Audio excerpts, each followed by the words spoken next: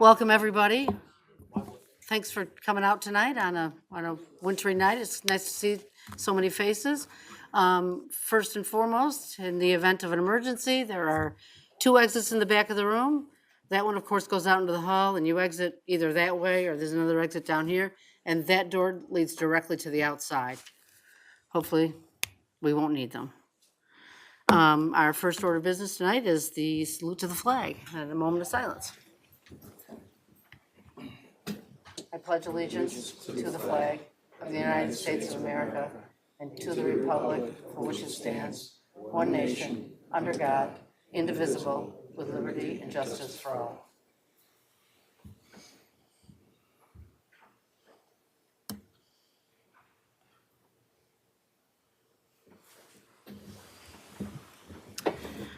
Next, can I have a motion to accept the minutes for our 1/8 meeting?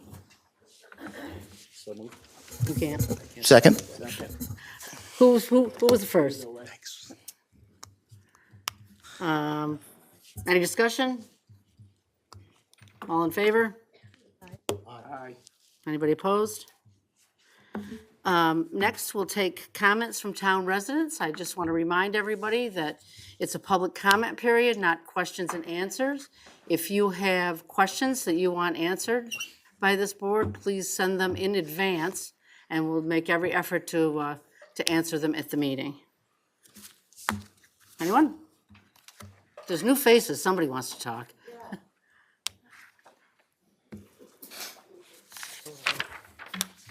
Hello, can you hear me? Oh, yeah, you can hear me.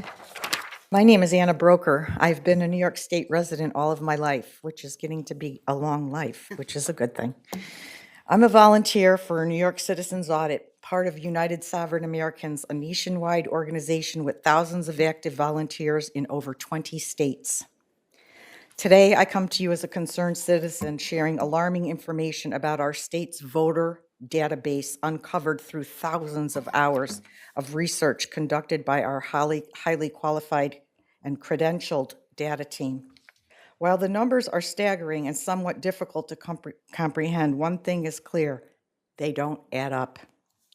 Just like your checkbook must balance, so must your votes. If you had 10,000 fewer dollars in your bank account than you had deposited, you would certainly want to know what happened. And if a company had a significant discrepancy in their books, they would most certainly conduct an audit. In fact, yearly audits are required by law for all public companies. And that is simply all we are asking for. We want an end-to-end audit of the 2022 election from registration through certification. We are not saying one candidate won over another or any election should be overturned. That's not what we want. We just want to make sure that the votes that are counted are valid and accurate under the law. Issues have been found in the state voter roll database indicating this may not be what happened. Tonight, we're presenting you a resolution requesting an audit along with a summary of our findings and the laws that apply. We are happy to meet with you to go over this information, including more detail about specific findings. If you have questions that I cannot answer, I will commit to getting you the answer in writing from the New York Citizens Audit Executive Team as soon as possible. This data and our request for an investigation have been shared with the state and county officials, law enforcement, the Attorney General, and election certifiers. It's essential that you, as our representatives, make it clear that these issues must be considered seriously. We know fictitious records exist in the rolls. We also know those records have been used to vote. On top of that, we know that records like those belonging to fictitious voters have been deleted. None of this is visible at the County Board of Elections level. The county commissioners are going to tell you, we don't know what we're talking about. Well, 2.5 years and thousands of hours of some very bright people, including me. We downloaded New York State's information. It's not our data. We downloaded their data. This is an easily exploited opportunity to inject any number of legally generated State Board of Elections ID numbers, which we know has been done. Assign votes to them, which we know has been done. And then delete the evidence by deleting the State Board of Elections ID numbers associated with excess votes. Also, we know this has been done. Today, we come to you, our closest elected representatives, in support of this action. And my colleague Patty's going to just speak to you quickly.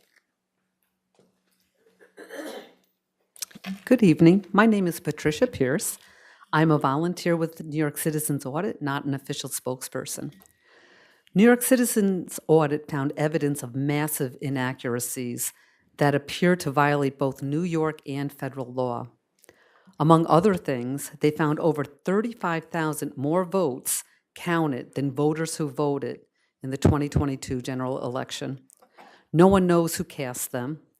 They found over 5 million ineligible or uncertain registration violations. Over 732,000 votes were cast by those ineligible or uncertain registrants.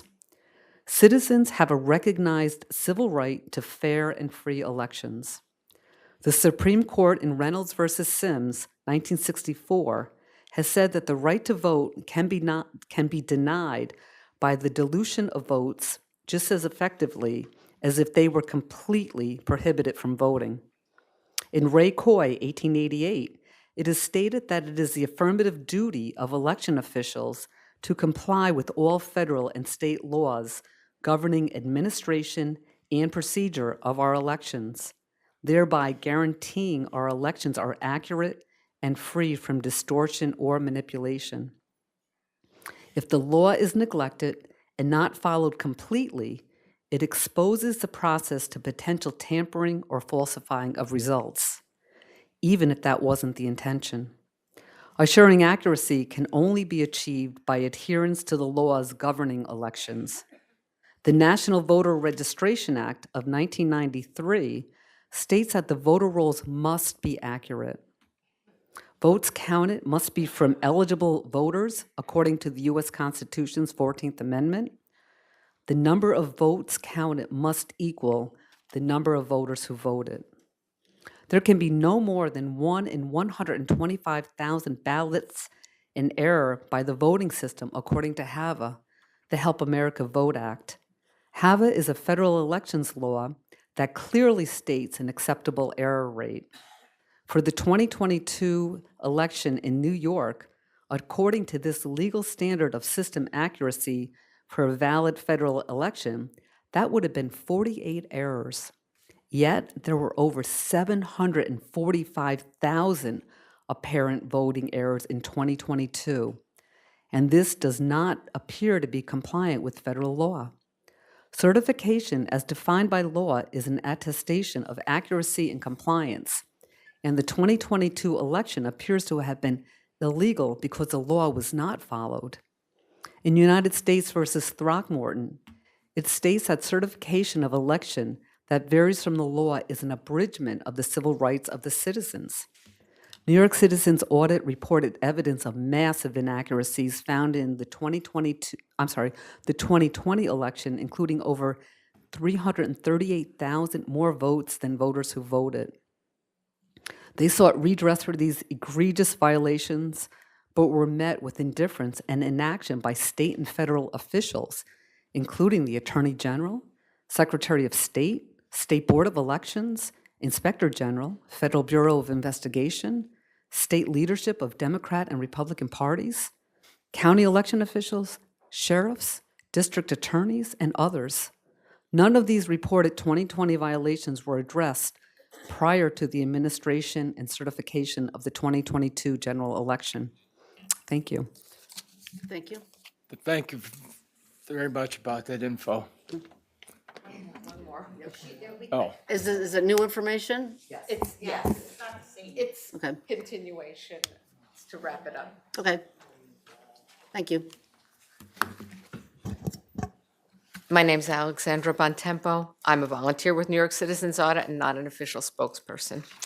Because of the points just presented, we're calling upon you, the representatives, to support the resolution, and there are 5 pieces to it.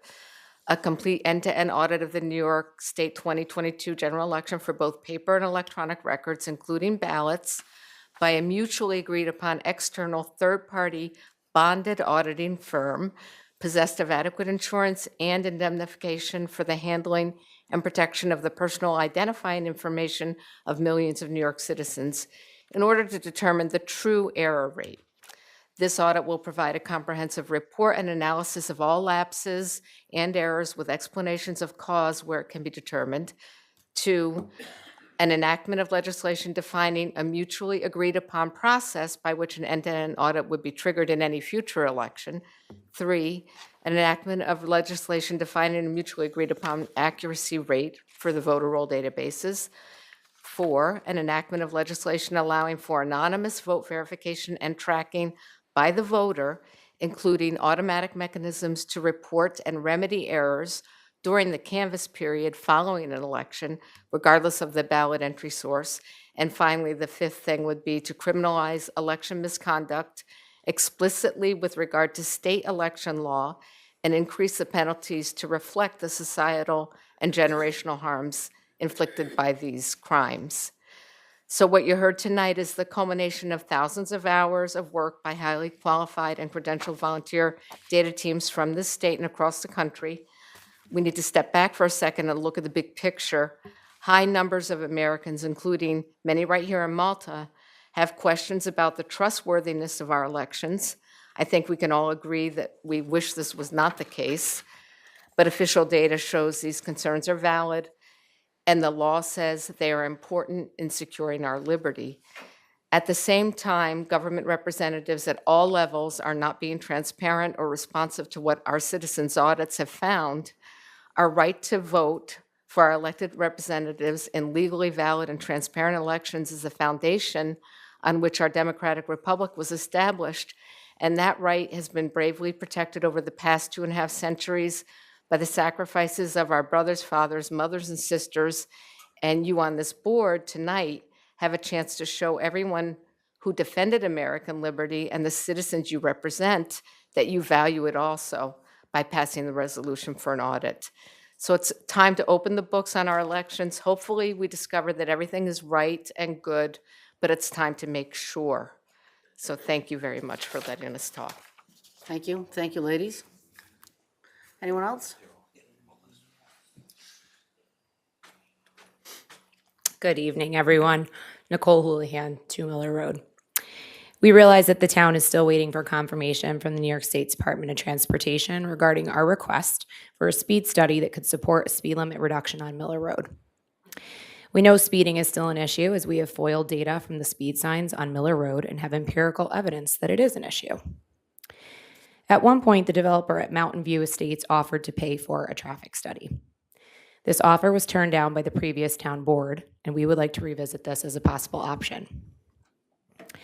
At a previous meeting, the former board confirmed that the speed study is not a required prerequisite to placing stop signs and crosswalks along the Miller Road and Rule Road speed zones. We realize that your position is that you'd prefer to have it done, but it is not required. We believe the town can do more with regard to this. We realize that the former board's position is that stop signs are not a speed deterrent, but they are a volume deterrent. People speed through these roads as a cut-through because there are no impediments to their progress. Stop signs at all intersections would create impediments that will make the route less desirable until such time that we can reduce the speed. We asked the current board and the highway department to place stop signs and crosswalks in various areas on Miller and Rule roads. We have heard the sentiment from the former board and from the town highway department that if we do for one, we must do for all. That is a wildly irresponsible position to take. Miller Road is uniquely positioned off of a 55-mile-per-hour speed limit and also serves as a cut-through according to every geographical mapping software on the market. It was suggested by a member of the highway department that we just remind people to slow down. This is an ignorant position to take as well. We are there and have been pushing for real action on Miller and Rule Road for over a year now. We've been in front of the Malta Town Board countless times, and we will continue to be present and show up until a solution arises.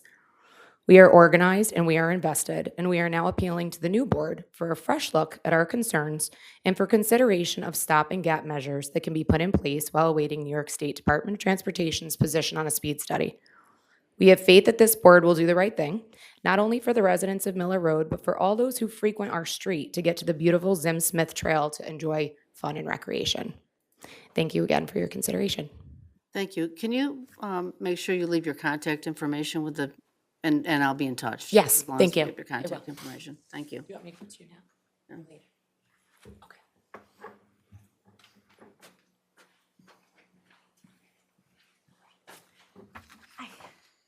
Nancy D'Onofrio, Wineberry Lane. I'm sure that you're all familiar with me, but today I'm here to discuss something completely different. Partially this that you're going to discuss later. That's a huge concern, 108 Dunning. The two entrances and exits onto Dunning are a significant concern, as they were concerns with exits and entrances to the said police barracks. So I wanted to talk about the desecration of this 5.75 acres of land with 20 new homes that are going to be in range of $400,000 to $700,000. I think that we're overbuilding in the area. I feel just a right to say that our forests are our environment. They're our air, they're our protection from the roads, from all the traffic. It's just getting bigger and bigger in Malta. And putting 20 more homes back there just feels overwhelming. Now, I know that this has been approved long ago and there's a lot of work that's gone into it. But these two exits and entrances on Dunning Street are going to really cause some issues with traffic. The second thing that I'd like to address tonight is 2525 Route 9. It doesn't appear that it has sold at this point. It still appears to be in Mr. Constantine's name as of 2023. It is 7.75 acres of land. I believe it's zoned commercial mixed. And I believe also that we, as a community, would strongly hope that the board would consider what was approved to go on that property. It is the last hope for any land to be saved in that area. And we also feel like we just keep building like Clifton Park. We didn't want to be Clifton Park. Okay, we didn't. And we're turning that whole section into a Clifton Park. And when you look at a Google map, you can see that's all forest. It's all environment that is keeping our animals that keep getting displaced. It's keeping our life, it's keeping our oxygen, our carbon footprint's going to get destroyed if that land is allowed to develop something extraordinary as we have been doing in Malta. So I asked the board to keep their eye on that piece of property and to consider anything that's requested to be put there as something that the town should really deeply look at for development to reduce this problem. Thank you. Thank you, Nancy. Anyone else? Nothing, Kathy? We're still here. All right, well, next on the agenda, we have comments from town board members and department heads. I have a couple of things. First thing is, on January 13th at approximately 6:30 a.m., our maintenance supervisor was alerted by the alarm company that an alarm was activated at the Malta Community Center. When he arrived, the New York State Police were there, and he was informed that a window had been broken. It was later determined that a couple of town vehicles had also been vandalized, and the building had been entered, but no additional damage was done. The Sheriff's Department and the New York State Police quickly identified a suspect. He was apprehended within the next couple of days. He was charged with burglary, criminal mischief, and grand larceny. And we have agreed to file charges, and we will start requesting restitution for the damages. Second, we still have some vacancies. We have a vacancy on our Zoning Board of Appeals. So far, I have one applicant who's interested. If anybody's interested in that vacancy, we also have a vacancy on the Board of Assessment Review. and the Historic Preservation Review Commission. Please send your interest to the supervisor's office or the town clerk. If you have questions about what might be involved in being on any of those boards, again, just give us a call. Last, for me, next month, or next week at our regular business meeting, and every month at our regular business meeting, I'm hoping to recognize a resident of the month. So we have a resident next month that we're going to recognize. We have a lot of residents that go above and beyond to make Malta a great place. And so if you know of any person deserving recognition, contact the supervisor's office. Our first resident will be a young man who's an active volunteer in several organizations by the name of William Champagne. So please join us for something fun next time. Any other board members? Yeah, I got 3 items that I want to address. The first item is thank you Audit in New York. I don't see why anybody, Democrat, conservative, Republican, wouldn't want to have fair and honest elections. And I think it is time that the state and the county is audited. And thank you. Your time, your effort, hours doing this. And I will sign on to this. Number 2, when is the Miller Road data going to be on our website? I think it's overdue, and I think that the residents on that street should be able to see the data that we have gathered that does show that the cars are slowing down. I've only got caught once speeding on that street since the radars, but I did do it. But it is extremely helpful, and I would like to see that data that is collected to show residents of the street. Not just that street, that whole area. It's not preferential. It's showing that what we did, Roger is helping. And I'd also like to see at least one crosswalk at the intersection with stop signs. Hopefully over time, the engineers will agree on it. I'll talk to Jen and Nancy about putting that data public tomorrow. Thank you. I don't know if there's, Thank you very much. And I'm sure they would like that.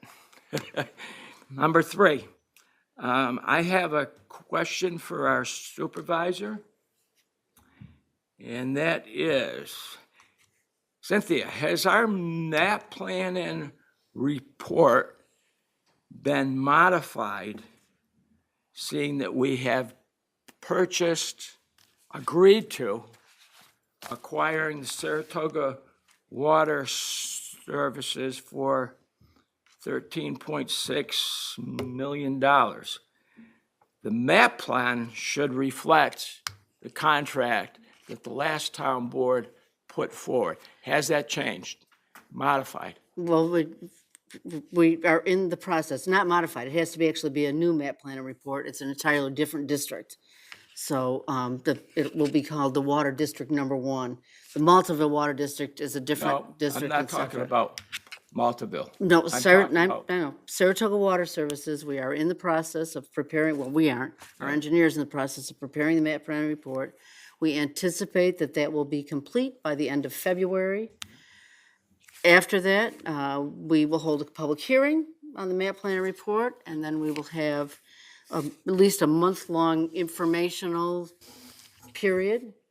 And then we expect to set a referendum on the district sometime probably in April.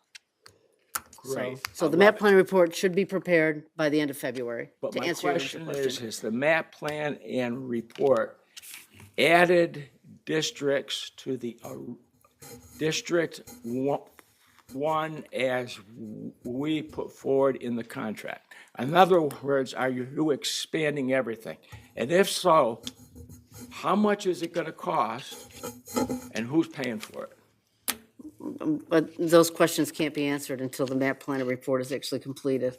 Normally, from what I found out from other engineers, this process is not normal. First, we have to acquire District 1. If we want to expand it, we create a District 2 afterwards with separate bonding. And then afterwards, once it starts getting paid off, you can bring District 2 into District 1.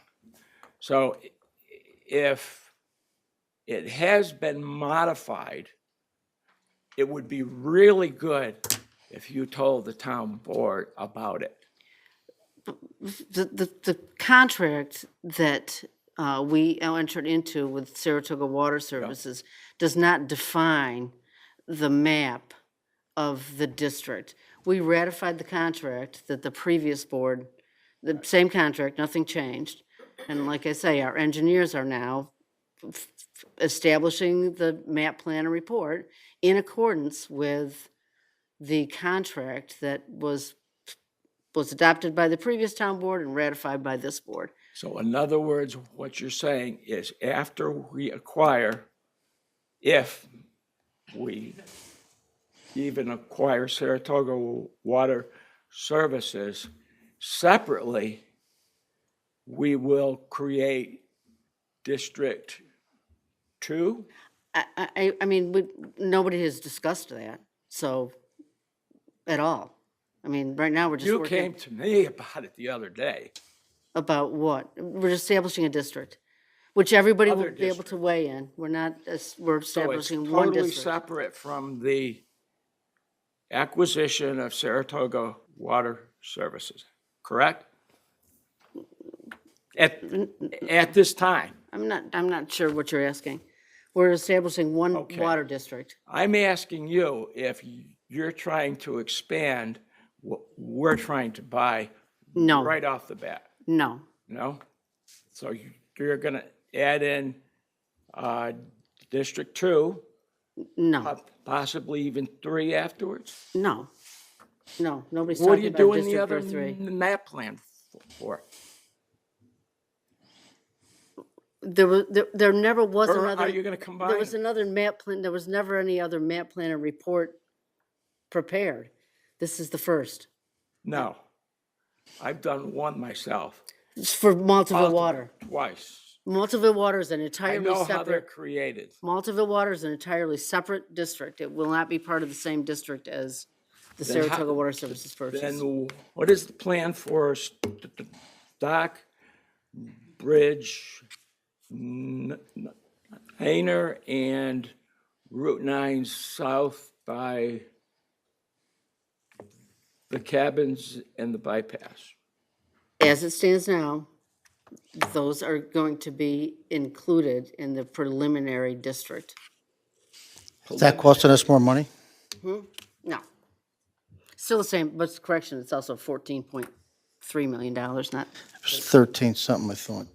it's, So, it's, you just said, you just stated that you have changed something. You've instructed the engineers to look into and combine map plan reports. the, Who's gonna pay for this? the contract does not specify a district. And in my opinion, it's premature to be We know what we're buying, it's District 1. I'm in that district, you're in that, I know it very well. If you're trying to expand it, I'd like to know about it. The whole board should be entitled to transparency. Once the That's map what you plan- ran on. That's what you ran on. You told me that. I didn't tell you that. Try to listen to what Now I'm saying. I'm asking you for a simple answer, yes or no? When the map plan and report is compiled, you will have an opportunity to make all the opinions that you want. It's premature right now for us to be discussing something that's not even complete. So we are. It wasn't even preparing- discussed with us. We're preparing the map planner report based on the advice of our engineers. The map plan and report that we authorized had to do with Mackey, which is going before a vote to be ratified. If we add more districts into that, you will double or triple the cost of that acquisition. Rough numbers, from my experience that I've been told by engineers. Where's the money gonna come from?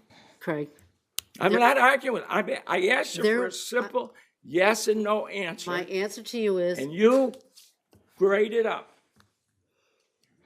there has not been a map planner report prepared for I this know that. project. I was the one that authorized it. It's in the process of being prepared. This discussion is better to have when we have a map planner report in front of us. If you object to the confines of the map Wait at a that minute. point, that's the time. You don't understand it. Districts cannot be formed before you've bought something. You can't add something to something you're buying and put a dollar value into that and try to sell it to the public. And frankly, I don't think he is buying that water should be paying for District 2 and District 3. That's the whole purpose of separating. There is Now- no District 2 and District 3. No, you just told us you're thinking about creating it. I did not Under say the that. original map plan. I did not say that. You There did is say no that. District 2 and District 3. There's one Bray district. it up, bray it up. You said it right in your office, too. I You're did not. expanding it. I did not say that. I said that there may be homes I included that wouldn't be do, here asking you. I said that there may be homes included in that district that do not actually currently have water. Exactly. And right now, they don't have the lines in there. Therefore, if they put the lines in there, who's going to pay for it? District 1, acquiring Saratoga Water Services. Otherwise, it's got to be 2 districts. That's what I've been told by engineers. Well, I'm going to suggest that you We'll talk call about our it. engineer. Yeah, I don't, like I said, He is our engineer. yeah. Okay. I just want you to be transparent with the town board, every one of us up here. No question about it. When you're talking millions of dollars, Cynthia, you got to be transparent about it. It's that simple. You're the one that told me about it. I didn't go finding this. And I confirmed it with CT Mail. Don't tell me you're not doing it. You are doing it. Anything else? Yes. I want to go on record stating that I am against the state police barracks being moved to the 4-acre lot on Dunning Road. One of the reasons is, as a town, we've been proactively seeking conservation easements, and we're using our money buying these conservation easements, and we had 4 acres right there. And already the town has already been mentioned, if what's already been approved to be developed in this town is gonna be a lot. And so to start giving up already what little forest we have left, I think is wrong. I recommend that this board work with the state to try to seek other options for within Malta for a new location for the state police barracks. Thank you. Thank you, Matt. And in fact, last week, we had a meeting with, I had a meeting with Kerry Warner. We discussed it. We had a meeting with our public relations, I don't know if that's what he's called, from Global Foundries. You know that Global has bought the entire tech park. Global is offering that they have land available that they will give to the state of New York for the police barracks. So hopefully we're moving along on that. We're still having trouble actually getting information from the New York State Police, but this has been presented. Kerry was going to reach out to the governor and say that there was this land available in the tech park. So, And last year, Senator Tedisco's office arranged a meeting for Mark Hammond and I, and we met with the state police. One of the problems is that this, and being that the state owns the land, it's OGS that actually are responsible for that. And at this point here, I think anything shy of the governor, that's going to be the only authority that's going to be able to change it. And I believe between Carrie's office, Senator Tedisco's office, and the full support of the board here, I do believe we can find another option for the state police barracks. And I know the state police don't want to leave Malta, and we don't want the state police to leave Malta. I'll try to reach out to Jim Tedisco tomorrow too and see if he's willing to get on board with it. As I say, Carrie told me just last week that she was gonna try to call the governor's office and present this, but if they both are, then we'll see. So maybe we make some progress. I got something real fast. First off, I agree with Matt, I think a better place would have been designed for the police barracks, again, before our time. But two other things real fast is the Miller Road. I think it is prudent on this board to follow what our normal procedure is to ask for a traffic study, licensed engineer from the Department of Transportation. Even if we pay, and I didn't see this offer from, someone else to pay, that really is us paying, because it's not Department of Transportation, and yes, we do own it. And One for All is, our town is, we are for One for All, and that's for all the citizens, that if we want something done, we're gonna go procedure, and it takes time. And even if we pay for it or they pay for it, doesn't guarantee that Department of Transportation is gonna put traffic devices on that road. So be patient, please. I had one other thing here before I forget. No, I already forgot. That's all I got. I also like to add that I do support New York Citizens audit. That was it. I support it, but I'm not gonna sign a resolution without presenting on a right to me right now, so. My position on the troopers barracks is the town dealt with it. We don't own the property. I would like, and a lot of people on our street would like it to stay there, but we understand everybody's position on having it elsewhere. All right, anyone else? So on to our discussion items. The first one is about this development on proposed, well, not even proposed, development on Dunning.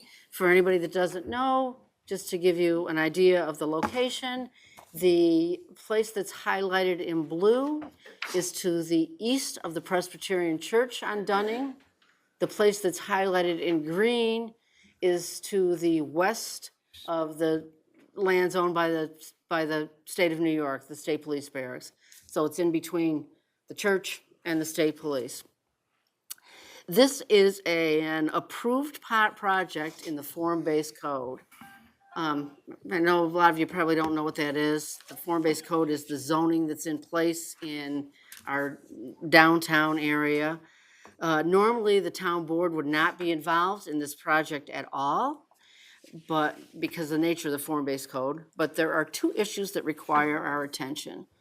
First, we're going to talk about the blue part. It's two different issues. The part that's highlighted in blue is is owned by the town of Malta. The town acquired that parcel in 2013 from the Presbyterian Church with the purpose of the construction of a future road to go from that where it's highlighted in blue, it curves around and comes out between the CVS and the Catskill Hudson Bank, right over here. So it's a connector road. It's been shown on maps for many, many years. It was included in a comprehensive plan since the 1990s as a loop connector road. You know, developments like this for safety reasons need two entrances. And the developer intends or will construct the road on our piece of land at his expense. So always going to be a road there. They're going to build it as part of their project at no cost to us. When the project is complete, all of the roads in the development will be dedicated to the town. So ultimately, the town will own all of the roads that are constructed. The rest of the loop will be continued sometime in the future, hopefully the near future. After discussions with the planning department, highway, and legal, we kind of decided that the process would be to enter into a license agreement with the builder, DeGraff Bloom, for the duration of the construction. Their lawyer and ours have agreed to the terms of the agreement. And we do have a resolution on, for action tonight to set a date for the public hearing on that agreement. Any questions? Yeah, I do. Where are the two houses on this map, the The two, log home and the? they're in mansions? between the blue. There's two, you can kind of see, on your map, you can see it clearer. So, There's two, the first parcel is the white house, little white house, the second house is the log cabin, so so they're in this between. development is wrapping around their property? behind there, yes. What is their input? Hear anything? so Again, at this point, it's an approved project, and I know it's it is. form-based code, And so it's zoned for it, you know? yep, it's We can't fully zoning stop it. compliant, We can't stop it. right, It's simple. it's zoning compliant. Yep. And our question here on this side, in the blue part, is, you know, will this board agree to enter into a license agreement to allow the developer to build the road on our part Right. to our own town road standards? Can I ask who that is? DeGraff Bloom. Not that it matters. Okay, thank you. So, again, our action tonight is a public hearing on the license agreement. Yep. You know, there'll be time to weigh in on that during the public hearing. As long as this, But the public hearing wouldn't change anything I mean, as far as a, who knows? It's a public hearing. We'll have to listen to what the public says. well, they can offer suggestions, but it is zoned for that and setbacks are right, so. Anybody else want to move on to the green, or is the board all ready to move on to the green part? Green part is a little more complicated. Can I ask what came first, the chicken or the egg? Was it this, or was it the police station? Does anyone know? They might have both kind of been tandem, All right. so. Okay. I'll wait so- to the public hearing to find out. So now we're gonna move on to the green part. So the part of the project that is highlighted in green is actually the stormwater management system. All the sorts of developments need stormwater management. In a lot of cases, it's a pond that collects water. In this case, the stormwater management system is totally underground. So on the top, you'll see it'll be a grassy area with nothing else on it but grass. It's about 9,000 square feet, and as I say, it'll all be grass. The maintenance of the stormwater management system would normally be the onus of a homeowners association, an HOA. This project does not propose to have an HOA. And in addition to that, both planning and highway are skeptical that an HOA can give it the proper attention and maintenance that this system would require. And what happens in those situations is the HOA doesn't maintain it properly, and in 15 years, the town has to expend a lot of money to fix it because it hasn't been taken care of.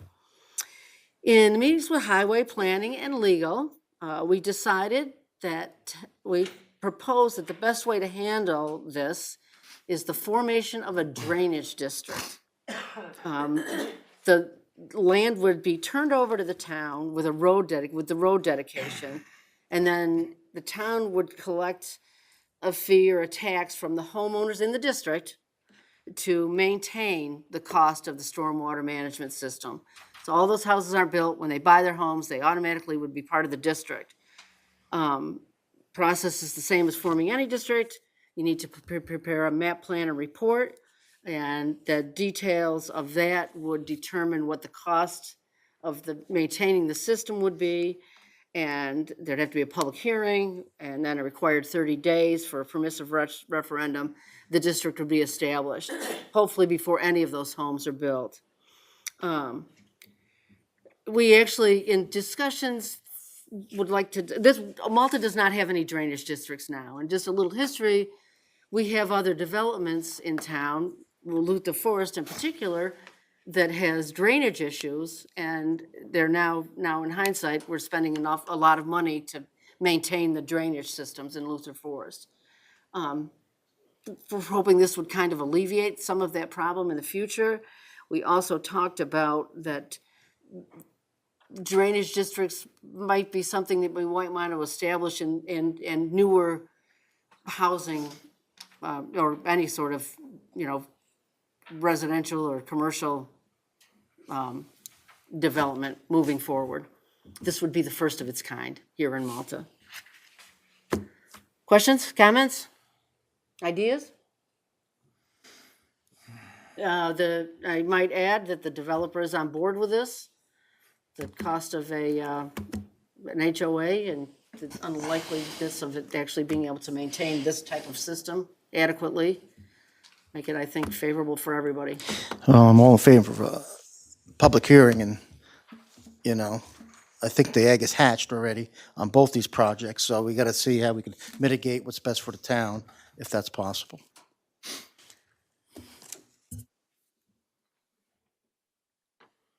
Anything else?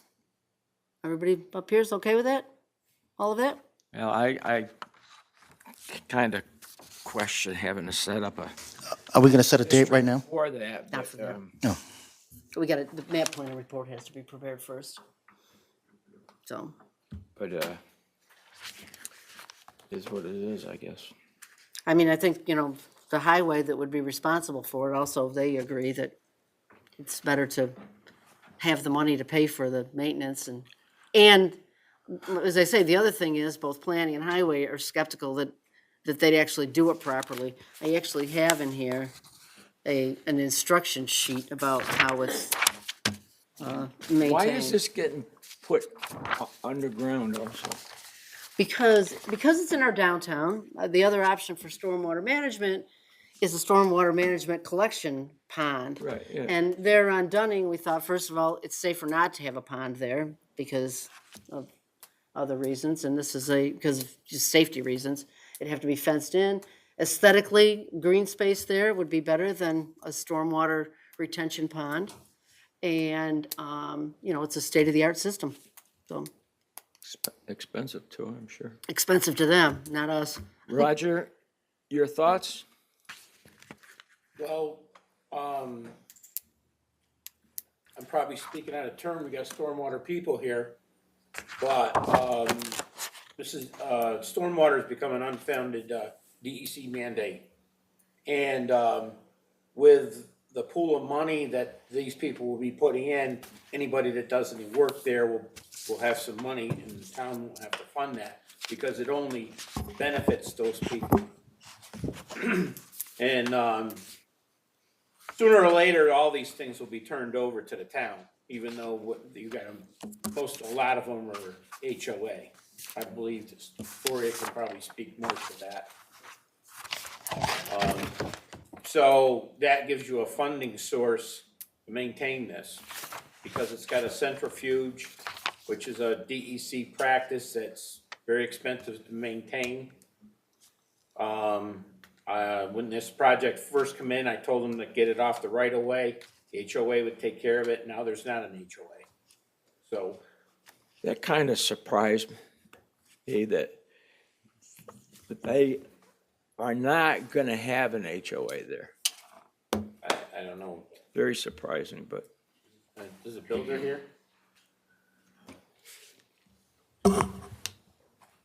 You want me to comment on that, or? yes, please. It's just HOAs. Oh, you know what, Mark, you're gonna have to come up to the microphone. People at home can't hear you back there. Thank you.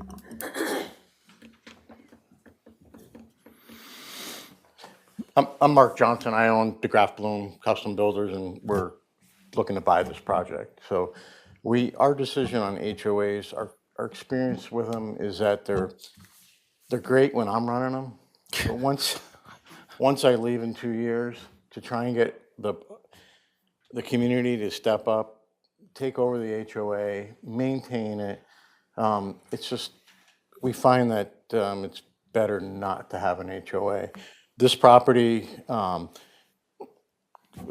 can't read your last name, Craig. I Craig, think. yeah. with the design of that system, it'd be a lot less expensive if we just put a pond in there, okay? It's, 200,000 to put this system in, so it's a lot of money to put it underground.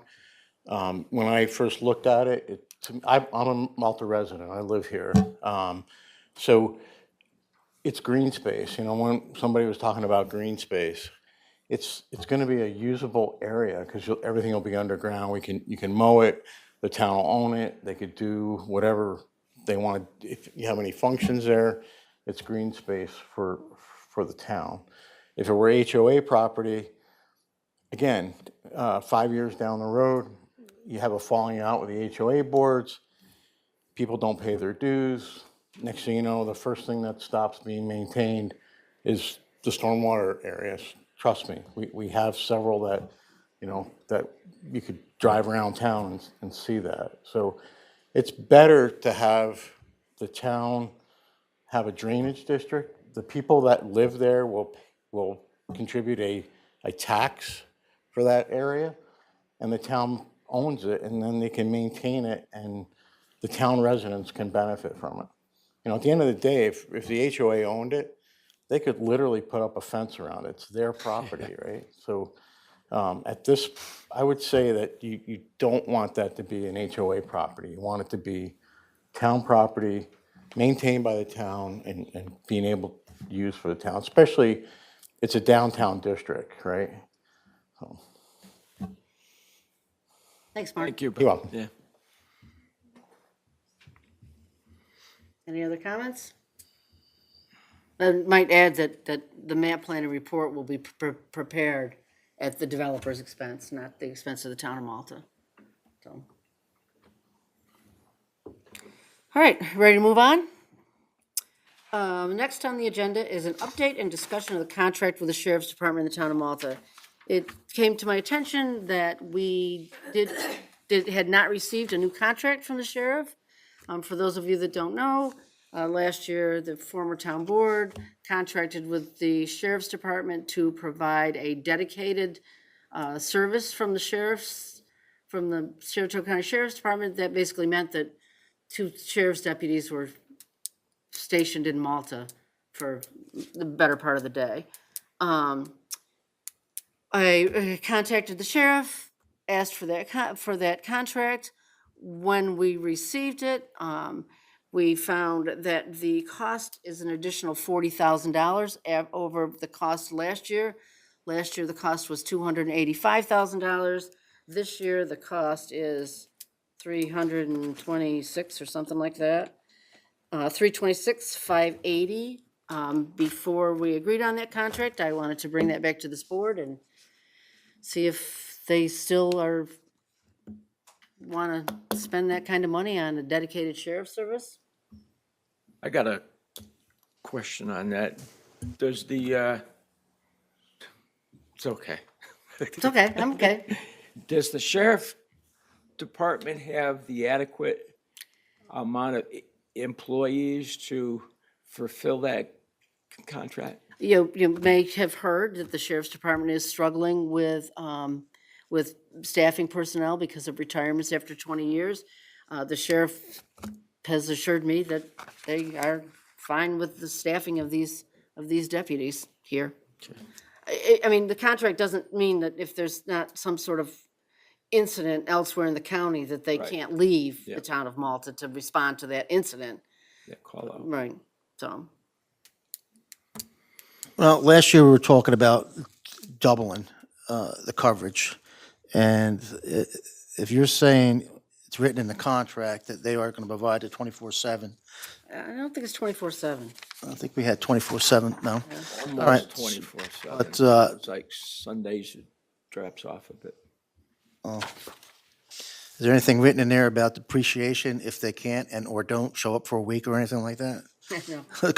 You know, I don't want So to, it- I don't want to penalize them and not show them my license plate, but, you know. Just if I can interrupt you a second, the sheriff shall provide one patrol Monday through Sunday from 8 AM to 4 PM, and one patrol Monday through Sunday from 4 PM to 12 AM. So it's from 8 AM to midnight.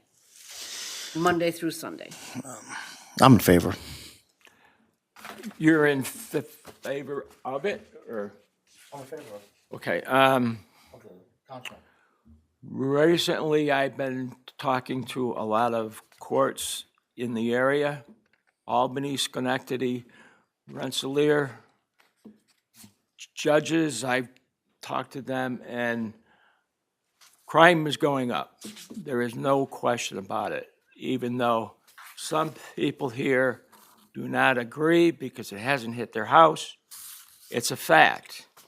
Albany, Rensselaer, Schenectady, there was a time they never crossed the Mohawk.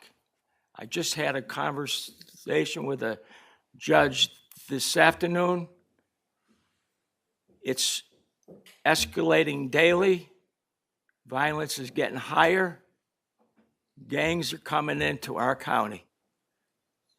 I do not want to see that contract go away for that reason. There's been problems here in Malta. I've gotten calls early on a Saturday with large quantities of gangs hanging around here. I got a call from a sheriff on a Saturday, 8 o'clock. Can we put a fence up, a gate up? And you know what? Our town board said no to it. It would have cost $15,000 or so. Recently, one of our town council had asked to double the sheriff's patrol in town. That didn't ever happen. I probably don't agree, but I do value that one car that sits out on Route 9 or on Miller Road, keeping the traffic lower at certain times. Their presence is very, very valuable, just like the trooper's office. Just their presence alone has value. So I would say keep it, but that's me. Cynthia?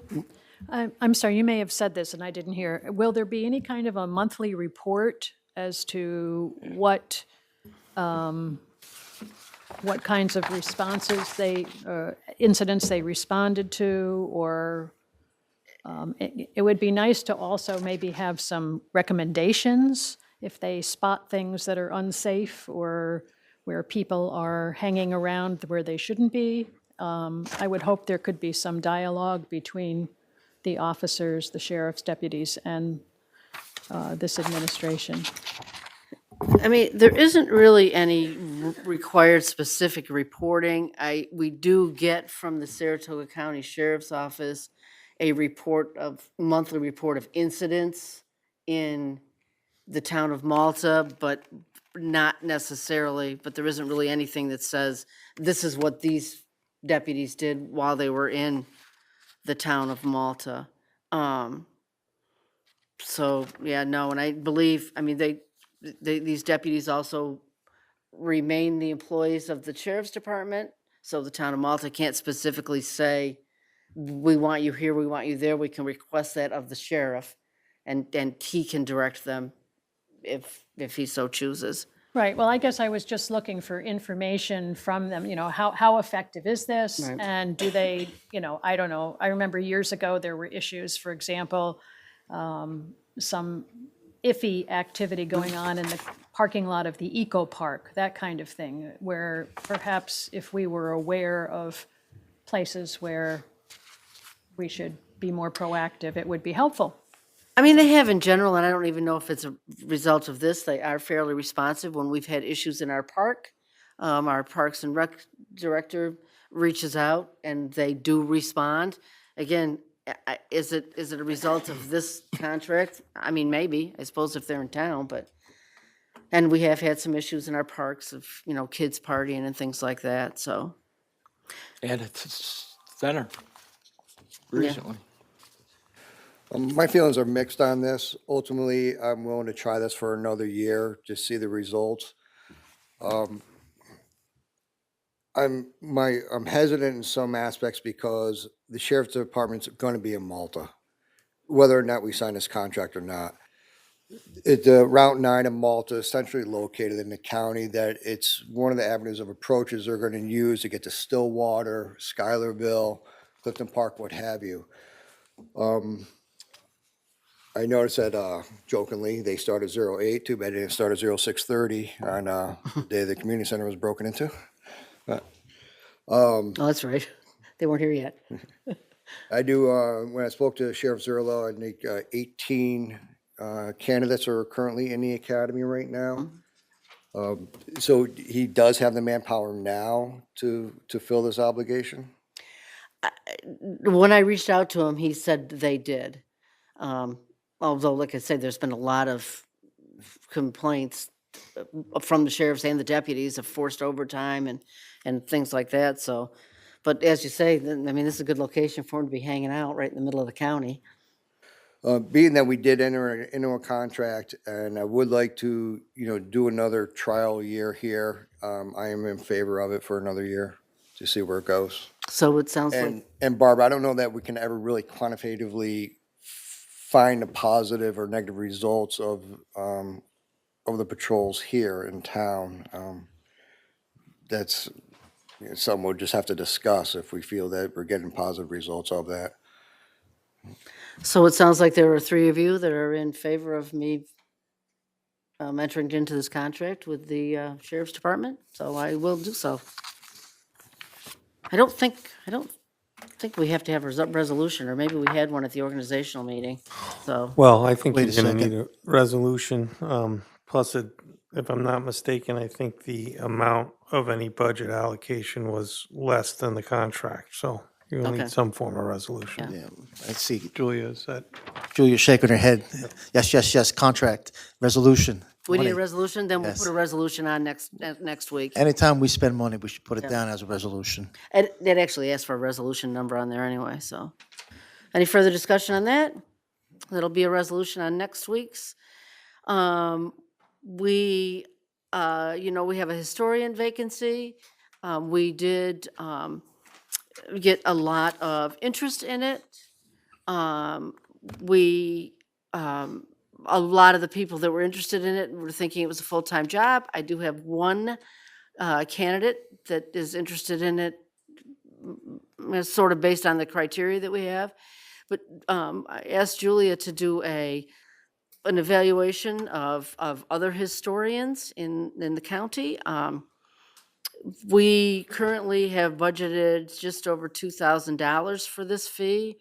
I don't know how many of you are familiar with our former historian, but he made a passion of making sure we knew what was going on with our history.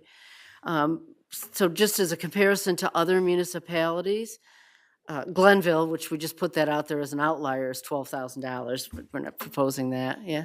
I just want to make mention of why I even looked to Town of Glenville. They just recently hired for a vacancy in the historian, so it's more towards the market than Yeah, positions. yeah. Did you say a full-time? No, not here, for part-time, we're paying 2,000. I just threw that out there just for fun. I wasn't even gonna mention it. We're all awake. So we have budgeted $2,000. The town of Ballston has just over 3,500. Half Moon is 5,000. In 2023, they increased theirs from 1,500 to 5,000. Clifton Park is 38. Milton is 65. I would like to propose or suggest that we increase our historian budget to $3,500 a year. A lot of history in Malta, and I think that I think it can be more work than just the $2,000. I mean, it's still just a stipend anyway. So But- the $2,000 was in the budget adopted in October? Yes, yes. I would like to have a resolution next year, next week, if this board agrees to raise that fee to $3,500. It puts us more in line with the other municipalities in Saratoga County, municipalities our size. Milton's 6,500, which we're about the same size as them. It's the same as Clifton Park in the town of Ballston. We Close. have to examine that more, I think, too. Examine what, you want this? Get all the comparisons and the, That's just the email of the notes of the that's fine. amounts.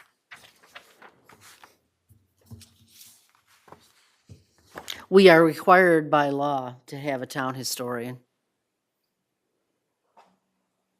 We do have a lot of history here. There's We no do. question about it. Any- Can I have this, or? Yes. Okay. Any remarks? Can I? I'm all set. Okay, well, you think on it for a week, and we'll have a resolution next week. You can see, yep, good. And if you have any questions, you just, call, so. The last thing for discussion, we have an update on their social, I want to discuss the update of our social media policy. The Town of Malta social media policy says that the town can only have one presence? I don't know what you call it. So we can only have the Town of Malta. We can't have the Town of Malta and then, the building department can't have a Facebook page and the Town of Malta have a Facebook page and the community center.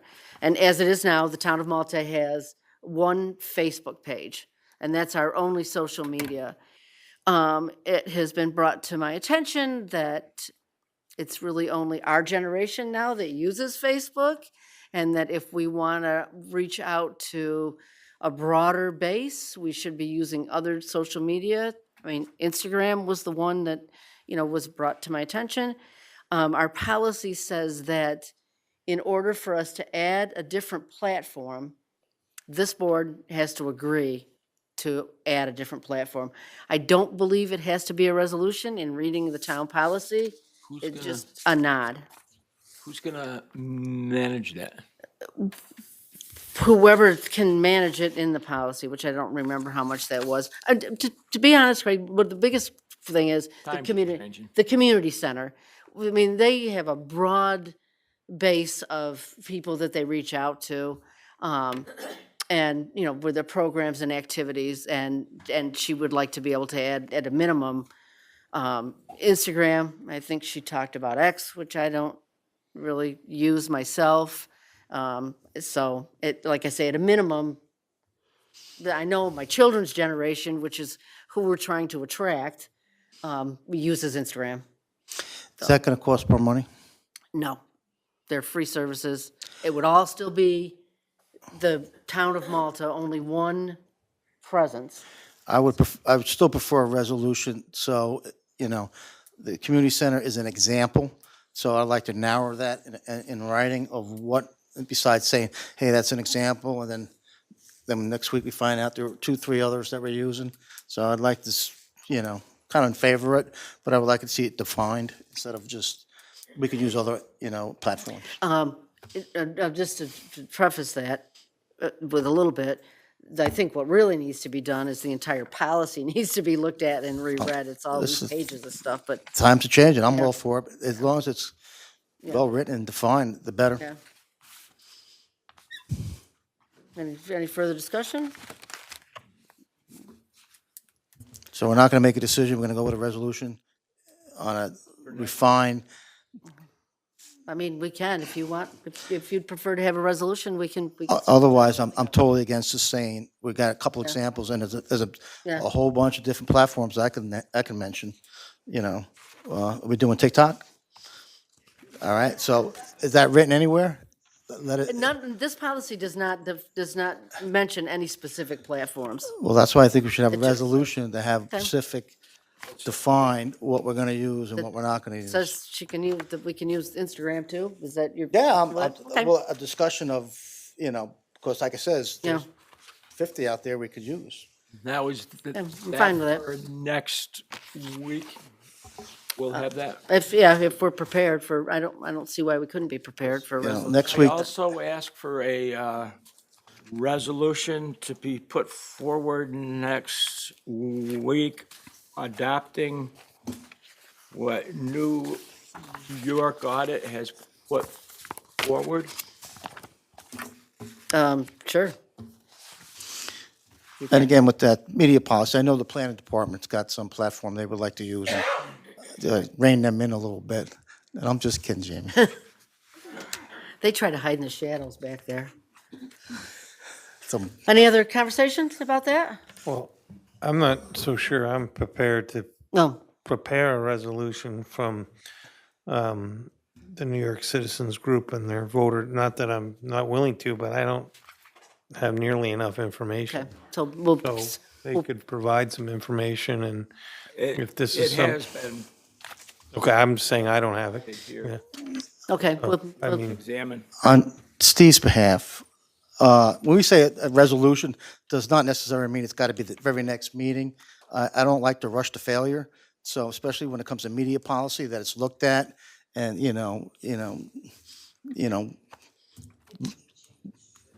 not that I was gonna get pot shotted at, but you know what I'm saying? So, Yeah. this is a meeting or two, but like I said, it doesn't have to be very next, because okay, thank you. when you rush and do too many, then we're gonna make mistakes. yeah, I agree with one thing with Steve is until we have, more information and he's comfortable with the New York Citizens audit, then, we don't have That's to fine. rush to They judgment on handed that, it in, and Yeah. if you have any so. questions, I'm sure they'll follow up with us. So are we ready to move into our business? Any more discussion on that? The first item of business is a resolution to approve the hiring of a new confidential secretary for the supervisor. So moved. Second? Any discussion? All in favor? Aye. Aye. Aye. I didn't speak fast enough, but that's okay. Oh, if you haven't met Melissa, please stop in and say hello. Next resolution is regarding our animal control officer. We have been without a deputy dog warden or animal control officer for a couple of years, and it puts another additional burden on the one that we have. So this resolution adds a portion, an extra $2,700 a year for our animal control officer above and beyond his regular salary. So we Well, are, let's have a motion second first, then discussion. Anybody want to make a motion? so moved. Second? Second. Yes, Greg. So on the questions, what is his backup, seeing that we won't have any funding available if he travels or if he's out of state, or what's our options? I mean, we don't have really any options. Do we have an intermunicipal agreement with Ballston or anything? Then we just don't have a dog warden. So if he's not here, although he's available. He, Brownie Yeah. does a heck of a job. Yeah. I mean, there's no question yeah, about and it. he's available a lot, so he responds quickly. second person is hired, does that come back down to his normal? I mean, it would if we could find a second person to do the job. Once you give it some, Yeah. comes back. So, any, Problem is finding an adequate Yeah. secondary that's willing to step up to it. it's not a job I would want, so. Brownie loves it. Any further discussion? Oops. All in favor? Aye. Aye. The next, got my wrong agenda here. Item is to set the date for the public hearing regarding the license agreement that we discussed earlier for 114 Dunning Place. We're going to want to set the public hearing for, at our agenda meeting in February, the 2/26, at 6 PM. So moved. Second? Second. Any discussion? All in favor? Aye. And then we have some budget transfers. This is, we had to make a budget transfer to execute a down payment, if you will, for the purchase of Saratoga Water Services on the ratification of the contract that this board did on January 8th. Was there a second transfer? transfer also? No, the budget transfer is only that Okay, one. so moved. Second. All in favor? Aye. Aye. Any other comment from anybody? You could put the police station or the state troopers behind my house where I live. I'll feel a lot safer. And please do keep them in Malta where they belong. We'll do our best, Cynthia, thank you. And the sheriffs too, gotta have them.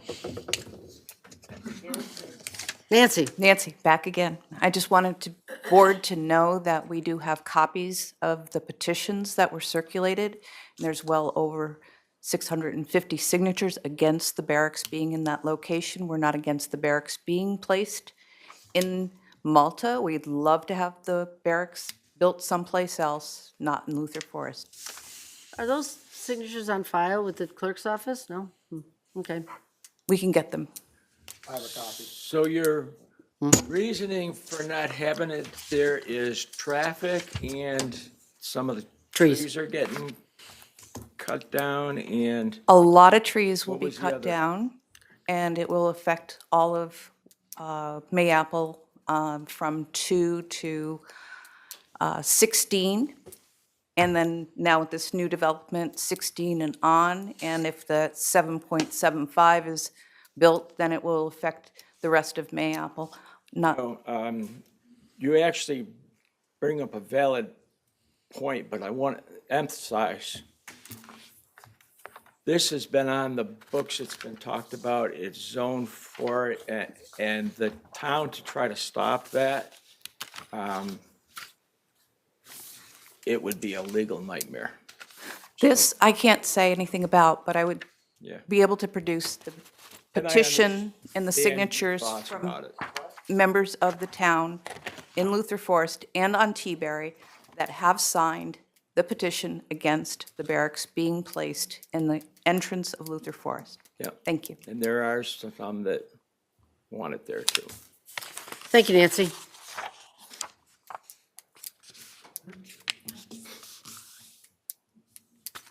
Tara Panasso from Mayapple Way. I just have a question about the audit. Like, how's that gonna be paid for if it was done? The Help America Vote Act, the federal government gives the state every year money to run elections. It's the cost, they have the money. If they can build a $1 billion stadium in Buffalo, they can do this little. Well, I know audits can be very expensive. Yeah, well, HAVA, if you look it up, Help America Vote Act, it's a suggestion of where they can get the money. They can use any money they want. Maybe if there are questions about that, maybe you can leave contact information and they can get No, I in touch don't with you really wanna directly. talk to her about it. Like, you guys probably have questions Yeah, about it, yeah. right? I mean, is it gonna cost Malta some money? Or Saratoga County? Yeah, We're not auditing the county, we're auditing the states. the states. Right, and so it's kind of sounds like you're looking for a problem that doesn't exist, sort of like with the 2020 election. Yeah, no, it really does Again- sound like that. Again, I think this is a discussion better had. Right, but, I Side of think, I this think you're venue. looking for something that's not there. Yeah. If the Attorney General, the governor, the FBI, you name it, has said, no, we don't think there's a need for that, then why is there a need for that? I don't think there is. Thank you. IRS comes to my door to audit it, and I say I don't need it, then That's a different story. Anyway, Thank you. Is this problem happening in Malta, New York, or is it, you're talking about the whole New York State? Yeah. All right, thank you, everyone. Oh, I have another public comment.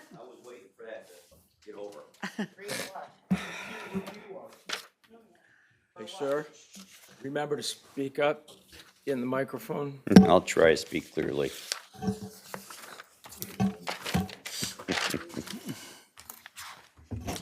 Mark Hammond, Hearn Road, Malta.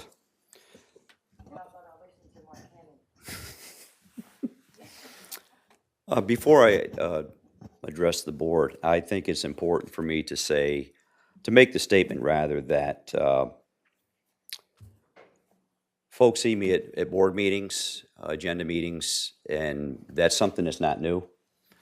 Just in case anyone thinks I'm going to be Monday morning quarterbacking because I'm not supervisor, I just want to make it clear that that's not my intent, nor will it be.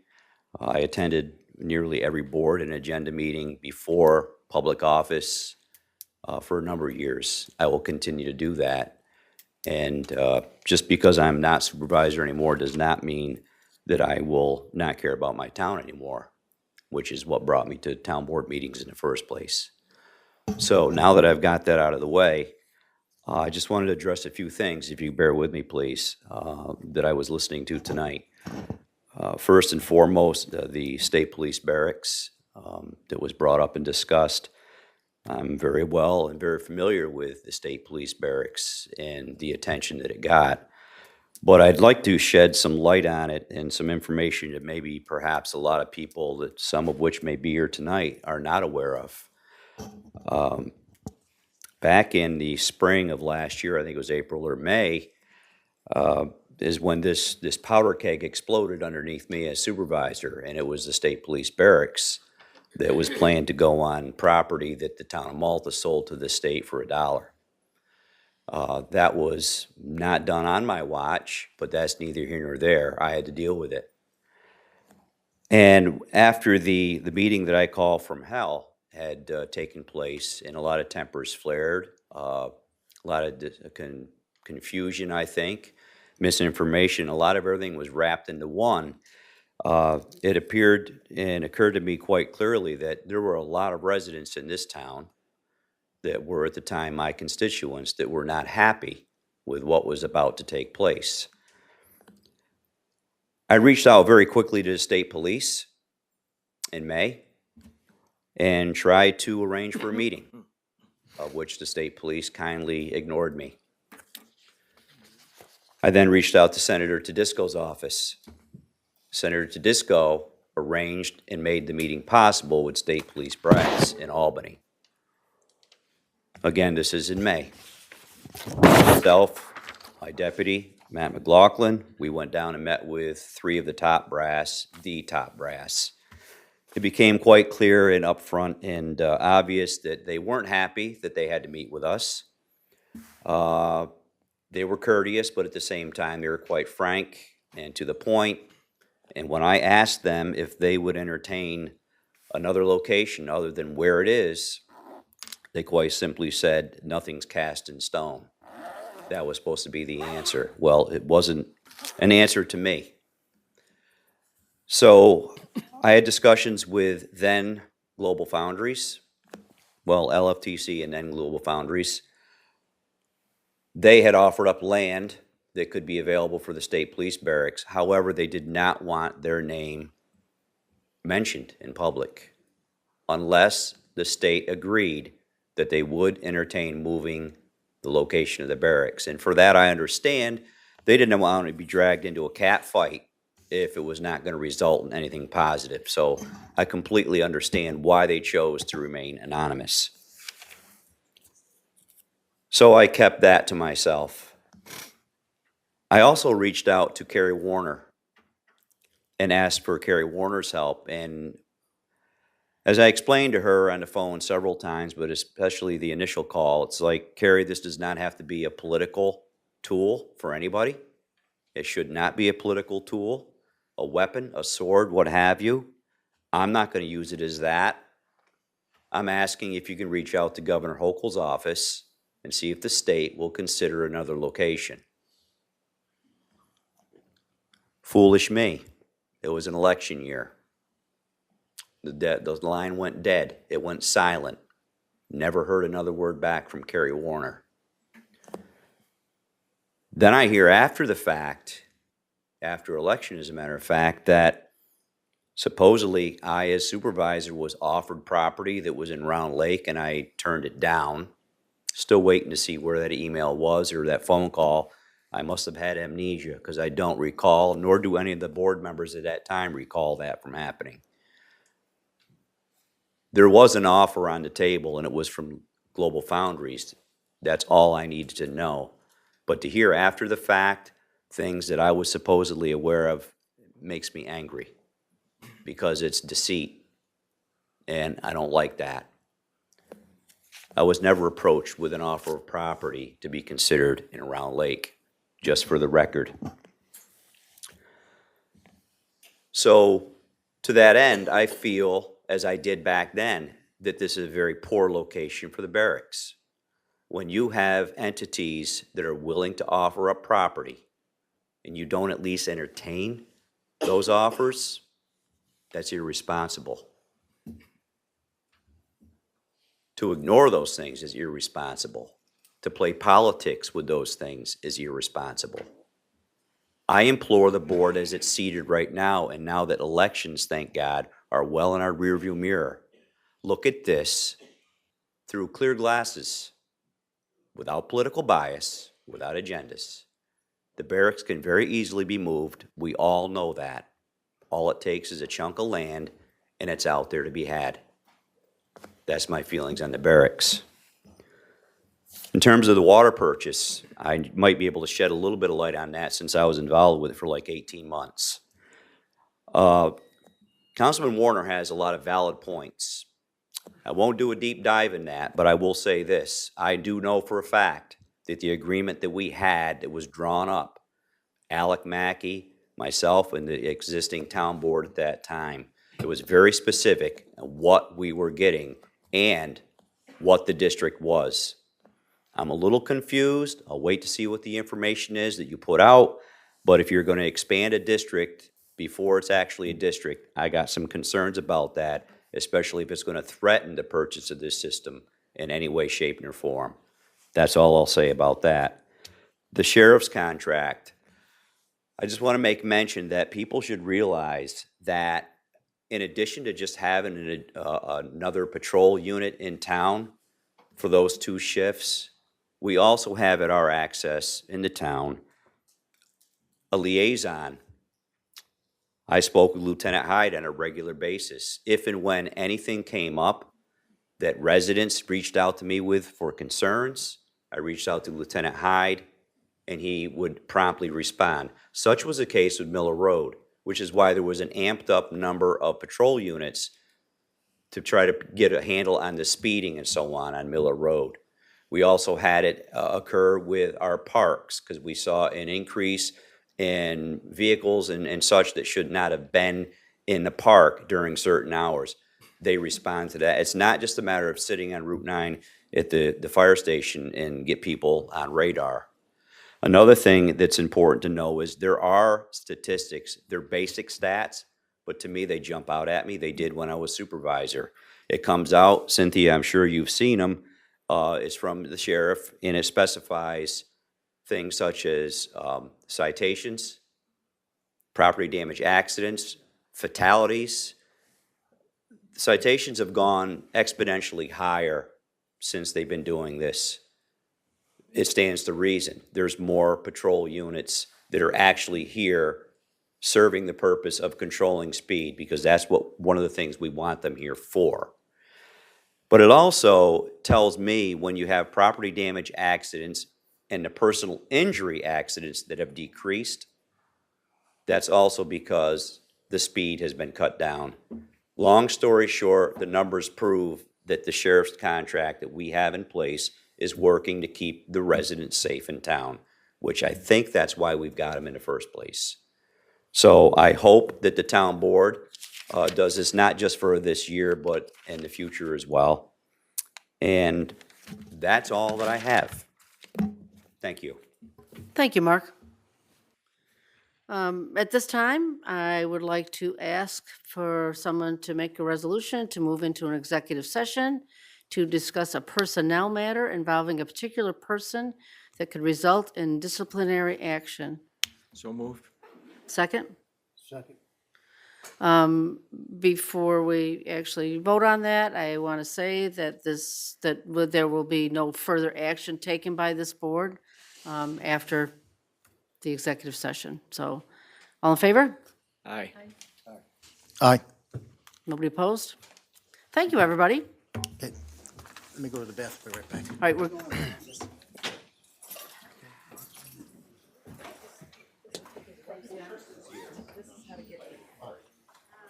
Website.